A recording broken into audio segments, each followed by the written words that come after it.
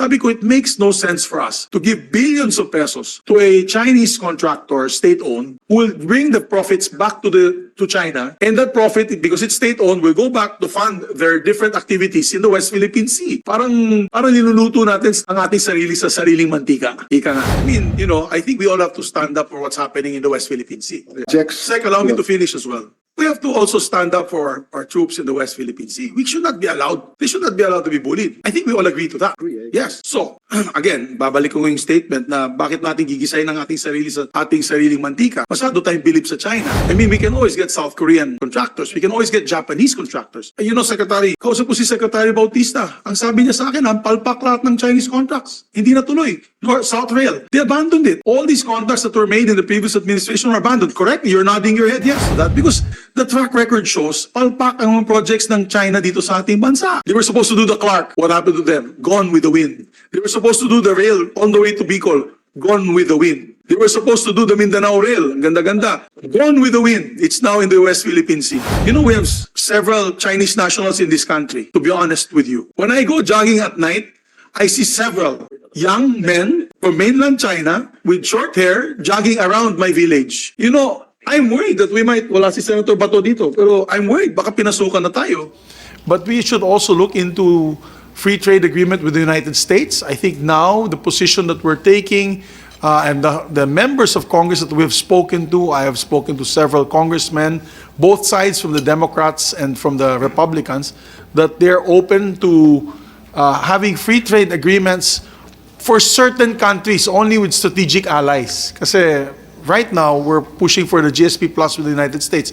But I think it's about 40 countries. It's a bill spanning 40 countries, and they're not very comfortable with giving all that GSP Plus or that priority or financial, I'd say, openness to their country with other countries. So, are we seeking that, Secretary Jokno? Because I know China is our #1 trading partner, but there will come a time that we do not want to be hostaged by a very aggressive neighbor in the north. I think we yes, are Secretary. seeking FTA with the U.S., but I guess we have to wait until the presidential election is over. I don't think they are in a position to do that within the next few months. Yeah, but I'm asking the policy question, Sec. Are we trying to tap other markets? I mean, Yes, we want Yes. an FTA with EU community, for example, and even the U.S. yes, because for example, when I came out with my position on a ban on contracts, government contracts on Chinese government state-owned corporations, I used the context of what Vietnam had done. And people misconstrue that as saying I'm asking for a boycott on Chinese products. Obviously, if we boycott Chinese products, maybe half the equipment that we have here, together with half the things that we have on this table, will probably not be around. My point lang is, we have to have other markets to tap. India could be one. Japan and South Korea definitely could be one. And I'd like to ask a policy question, to the NEDA. Are we actually looking for alternative markets for imports? Remember that there is a trade imbalance with China. We're only, I think it's 70-30. 70% the import here. We only, I think by the hundreds of billions of dollars, and we only export 30 plus. Yes, Secretary. Mr. Chair, at the beginning of this administration, the President asked, how many bilateral and regional agreements do we have? And he was so surprised to find that we had very few compared to the countries around us. And so we have not been aggressive in expanding access to trade with our neighbors. And so I think the primacy, I think, is to, and this what the President says, to speed up negotiations with many countries, not only US or EU, but even our neighbors.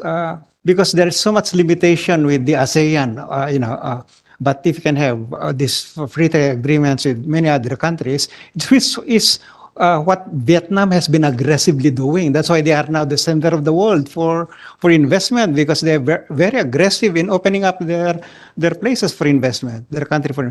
That's what I think should be our high priority, Mr. Chair. Thank you, Sec. I'm happy for you to say that, because That has been the strategy of Vietnam, and you're absolutely correct. It's now the center of the world. Every time we talk to U.S. senators and congressmen, they've been saying we'd like to have a portion of the businesses leaving China to go to the Philippines rather than all Vietnam, because they're now having a strategic partnership, economic partnership with Vietnam. So I believe, and they had a long war with Vietnam, decimated half their population, including half the natural resources of that country. But now they're making amends, and I believe the United States also will be coming over to very soon with a trade mission to hopefully also ask the Philippines to look at the U.S. with renewed vigor rather, and will push for that free trade agreements. But even sourcing materials. Why don't we focus on local? Tama po sinabi ni Senator Binay, katabi ko, why don't we focus local? Like, why are we buying fruits and vegetables from China when we can actually grow these fruits and vegetables here in the Philippines? Indonesia did that policy shift. Indonesia banned all the rare earth metals from export. That's why tumaas ang presyo ng nickel, tumaas ang presyo ng rare earth minerals. Because their focus of Widodo, and this was Widodo's policy, the focus of President Widodo is gawin dito sa Indonesia yung processing at yung hindi lamang po siyang byproduct or hindi lang po siya raw materials, pero high value products ang i-develop. So I spoke to investors because I'm trying to get as many investors as we can. As you know, we've been doing the rounds in the US and other countries to bring investments here. And they were saying in Indonesia, they're giving a plethora of financial incentives for these companies to actually build battery plants, rare earth metals processing facilities, all in Indonesia. So I'm hoping that we can follow suit, Secretary, because I think that's a policy that we should take. If you want an independent foreign policy, we have to have also an independent and strategic and strengthened economic policy so that we're not hostage by any other country. So, and I'm sure the Secretary will agree with me on that. Secretary, Yes, do we have the same mindset? Secretary. we are thinking of the same thing, but I think before we ban, for example, the export of ore, we have to make sure that there are facilities available in the Philippines for developing for value added. Well, just for the information of the body, I spoke to an investor that is they're actually in Korea now signing an MOU with Poksu, which is one of the biggest battery developers in Korea. And alam mo sinabi nila, ang sabi ng mga American businessmen, we would like to buy batteries directly from your company, but would you assemble them in the Philippines? I was completely taken by surprise there, pleasantly surprised, that was the mention. Na they no longer put high level processing plants in the Philippines, Secretary. Just for your information. I just found out about 2 nights ago because they were leaving and they had no gifts to give. So I had to buy, I gave them yung giveaways namin dito para sa mga embassies para madala-dala nila yung regalo dun after the signing of the MOU. So just to let you know, pero binayaran ko ulit. I paid for it again. On the Chinese contractors, Your Honors, I know they go through NEDA approval, Secretary RC. It makes no sense, no? And I came out with this publicly the other day, both in the show of Karen Davila and then Noli de Castro in his radio program. Sabi ko, it makes no sense for us to give billions of pesos to a Chinese contractor, state-owned, who will bring the profits back to China, and that profit, because it's state-owned, will go back to fund their different activities in the West Philippine Sea. Parang linuluto natin ang ating sarili sa sariling mantika. Ika nga. Do we still have several Chinese contractors, state-owned contractors doing contracts for us here being paid by Filipino taxpayers' money, including those of the Coast Guard and Navy na kinakaltasan na kanilang sweldo ng buwis na binabayaran nila taon-taon. So, may we have an answer on that? Okay, in case decision is made to ban Chinese contractors from participating in pipeline projects of the national government, it may have the following potential effects, right? For example, implementation of official development assistance projects from bilateral and multilateral ODA partners alike, particularly for projects considering multiple country participation, including China, as a member of the Asian Development Bank, Asian Infrastructure Investment Bank, and the World Bank. So that it might affect the implementation of those projects. Pero sec, Procurement, let me finish, Your Honor.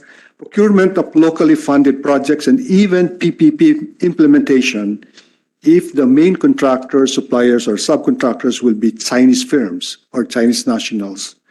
Potential impact on the economy for possible delays in the projects that will be affected. And of course, we have to shift to the financing for those projects that have been requested from China. Let me give you the situation. Because of the huge list or the long list of infrastructure projects that we want to do, we're running out of workers in the Philippines, Your Honor. I think you will agree with me. We're running out of work, plus also the private sector workers. And we need foreign workers, maybe Indian workers, Chinese workers, yeah, etc. but Secretary, I mean, I think we all have to stand up for what's happening in the West Philippine Sea. You have to make a policy decision. Especially, Your Honor, with Secretary, renewables, renewable energy, and power projects. Sec, allow me to finish as well. Okay, yeah. We have to also stand up for our troops in the West Philippine Sea. We should not be allowed, they should not be allowed to be bullied. I think we all agree to that. Agree. Yes. So, again, babalik ko yung statement na bakit natin gigisayin ng ating sarili sa ating sariling mantika. Masyado tayong bilib sa China. I mean, we can always get South Korean contractors. We can always get Japanese contractors. We can get Vietnamese contractors. They make fantastic infrastructure. We can get Indian also supplies from India. Secretary, kausap ko si Secretary Bautista. Ang sabi niya sa akin, ang palpak lahat ng Chinese contracts. Hindi natuloy. South Rail, they abandoned it. All these contracts that were made in the previous administration were abandoned. Correct? You're nodding your head, yes. So it's Mr. Chair, SP, if I may just interject to support the line of argument of With the the SP. permission of the Senate President. Thank you, SP. And thank you, Mr. Chair. I'm looking at an Asia Times article citing NEDA statistics na as a percentage of total ODA received by the Philippines as of June 2018, China accounted for a mere 0.8% of the estimated $13 billion received. NEDA statistics po ito, Mr. Chair, SP. While, for example, Japan, on the other hand, accounted for 40.3% of the total. And in that list po, China also trailed Australia, South Korea, the European Union, and France in total ODA given. 6 lang po siya, NEDA statistics, yeah, because, SP, Mr. Chair. thank you very much, my distinguished distinguished colleague. And that's my point, Mr. Secretary. Masyado tayong believe sa China when yung talagang dumarating dito galing China ay napakaliit. Your Honor, that the statistics are correct. There are only a few Chinese projects. Okay, most of the projects done during the Duterte administration are financed by ADB or JICA. However, as I mentioned, when it's ADB project, any member country can actually compete in the bid out. Okay, in the bidding of the project, and if it requires Chinese contractor, if the Chinese contractor wins, we cannot do anything about that. Usually the style is, 'di ba, pag kumuha tayo ng COICA to do the feasibility study.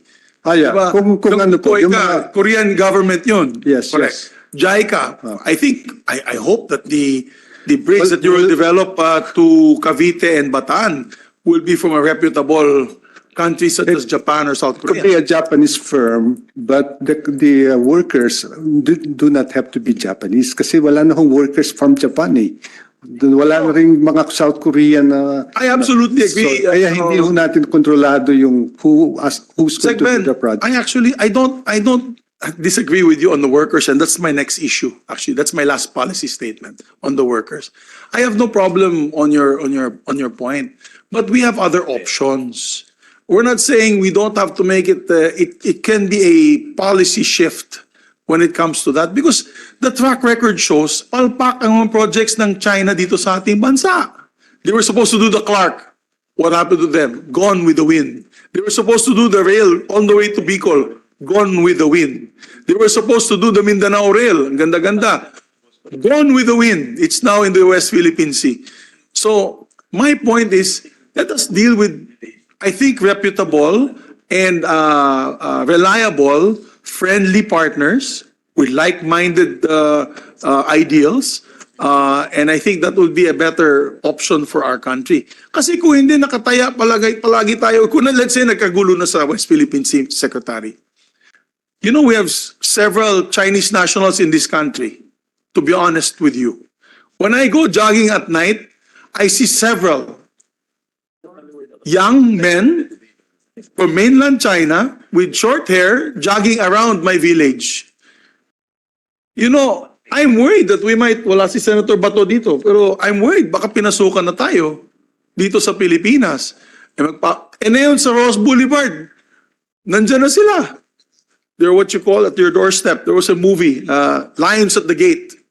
So, ang punto ko dyan, what is the policy of ours for protecting our sovereignty in this country? Maybe we need to make a nationalist stand on how we can look at other options for our country. Because as the records show, palpak din naman yung kontrata nila. They never followed through with it. And I think that on the future projects, you want to do the bridges connecting Region 6, you want to do the Cavite-Bataan Bridge. Why don't we look at Japan? Why don't we look at South Korea on that aspect? Moving on to my third policy question. Laban Pinas.